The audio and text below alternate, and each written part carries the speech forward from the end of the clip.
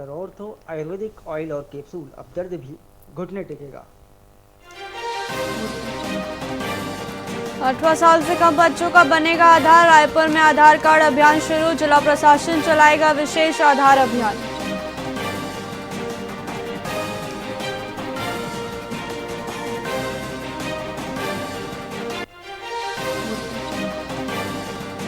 भूपेश बघेल ने धान खरीदी तिथि बढ़ाने की मांग की। धान खरीदी 29 जनवरी को होगी समाप्त। भूपेश बघेल बोले, टोकन न मिलने से छोटे किसान परेशान।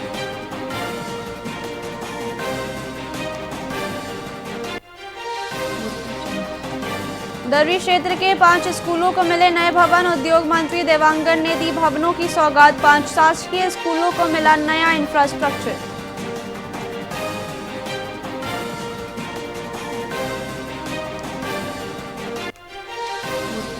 रायपुर में ऑटो एक्सपो 2026 शुरू। वाहन खरीद पर आरटीओ टैक्स में 50% छूट। 5 फरवरी तक मिलेगा फायदा।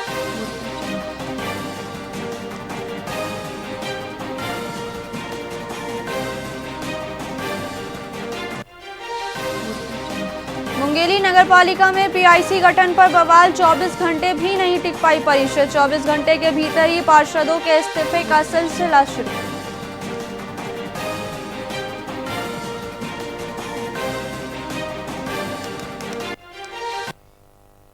नमस्कार, आप देख रहे हैं वीआईपी न्यूज। मैं हूं प्राची। आइए रुक करते हैं खबरों की। एमसीबी जिले के चिरमिरी सड़क सुरक्षा माह के तहत केबी पटेल ऑफ ग्रुप और पुलिस प्रशासन ने बड़े बाजार चौराहों पर नुक्कड़ सभा आयोजित की। बता दें, इस नुक्कड़ सभा का मुख्य उद्देश्य लोगों को नशे में वाहन न चलाने, हेलमेट पहनने और नाबालिगों को वाहन न देने को लेकर जागरूक किया गया। साथ ही इसी क्रम में पुलिस प्रशासन और केबी पटेल ऑफ ग्रुप की टीम ने मौके पर मौजूद एक महिला स्कूटी चालक को हेलमेट पहनाकर सुरक्षित वाहन चलाने की समझाइश दी और यातायात नियमों का पालन करने की अपील भी की गई। मैं धन्यवाद टीआई साहब को देना चाहता हूं कि उन्होंने इस टाइप के अवेयरनेस प्रोग्राम चुना और उसके लिए हमारे कॉलेज को उन्होंने चुना, उसके लिए उनको धन्यवाद देना चाहता हूं।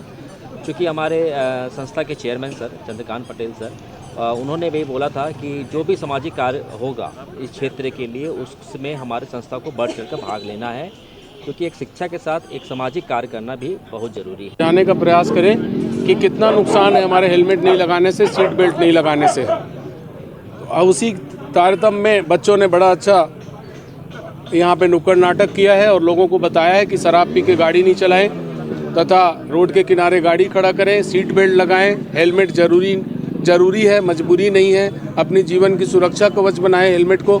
इस तरह का स्लोगन इन लोगों ने दिया है, उसके लिए मैं इनको धन्यवाद देता हूं।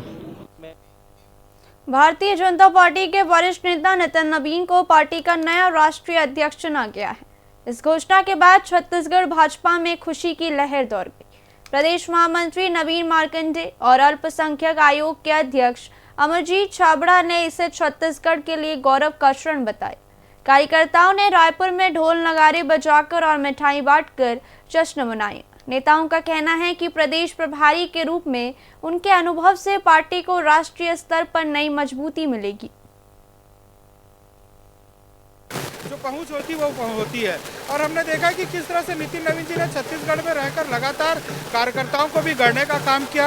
यहाँ जो सरकार आई उसमें बड़ी भूमिका माननीय नितिन नवीन जी की रही और आज हम सबके लिए गौरव का विषय है कि नितिन नवीन जी देश के सर्वोच्च पद पर, संगठन के सर्वोच्च पद पर आज वो पहुँचे हैं। आज राष्ट्रीय अध्यक्ष पर जिस तरह से बैठे हैं, इसके लिए हम सबके लिए गौरव का विषय है। छत्तीसगढ़ के लिए सबसे खुशी की दिन है कि भारतीय जनता पार्टी के राष्ट्रीय अध्यक्ष हमारे छत्तीसगढ़ से प्रभारी रहे कि नितिन नवीन जी का बनना हुआ है और देश के, विश्व के सबसे बड़े राजनीतिक दल के और बहुत कम उम्र के राष्ट्रीय अध्यक्ष के रूप में ये कार्यकाल प्रारंभ, आज नवीन युग की प्रारंभ हुई है।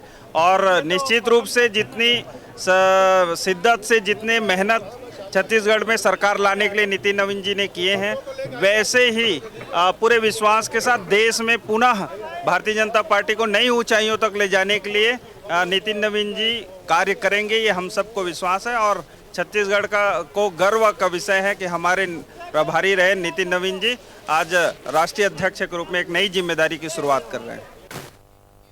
बेमेतरा जिले के ग्राम तुमगांव में एक महिला ने अपने गांव के सरपंच पर छेड़खानी का गंभीर आरोप लगाया है।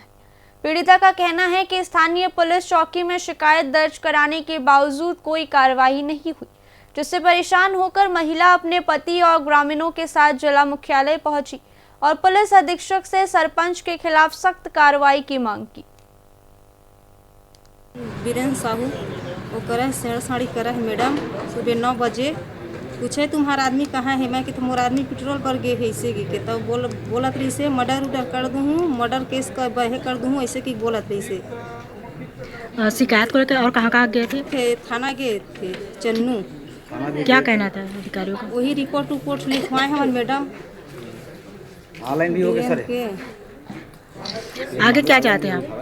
आगे हम चाहत हन अंदर करे कहे करबो कहत रही। मोर मिसेस छेड़छाड़ी हुए हैं और मैं चाहता हूँ कि कार्रवाई अच्छे से तैसे होना चाहिए। और थाना में तो गए एक बार 2 बार गए, होत बोलते कार्रवाई होत नहीं है। हमने एसपी साहब मेरा आए, कलेक्टर साहब में भी आए हैं। अभी एसपी साहब थोड़ा व्यस्त है, थोड़ा रुको बोली थे, जब मिलना है बाद में बोली थे तो रुके ना मानेंगे। किसके द्वारा छेड़खानी किया गया? वो वीरेंद्र कुमार गांव के सरपंच भी है और साहू समाज के उपाध्यक्ष भी है।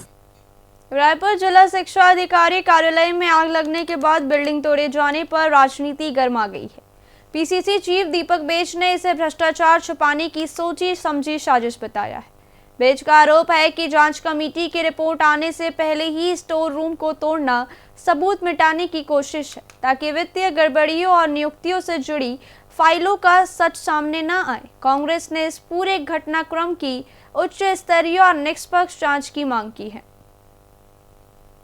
देखिए, जिस तरह से कि जिला शिक्षा अधिकारी के कार्यालय में आग लग जाता है, कहीं न कहीं ये आग लगी नहीं है, ये आग लगाई गई है।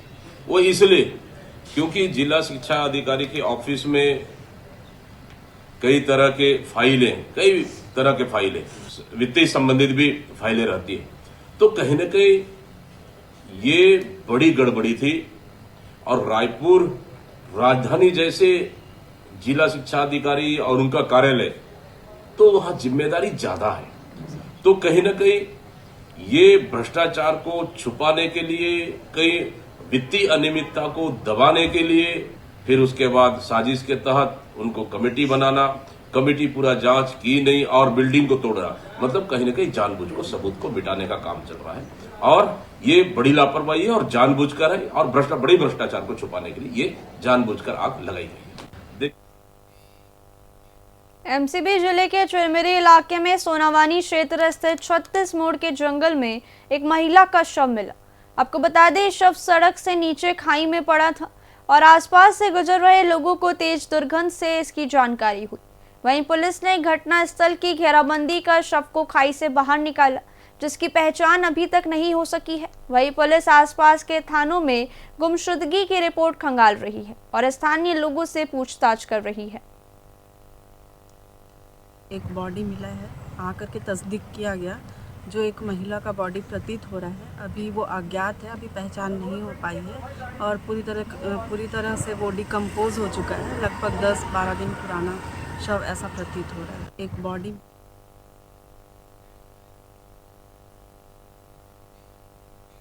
फिलहाल खबरों में इतना ही। देखते रहिए वीआईपी न्यूज़। नमस्कार।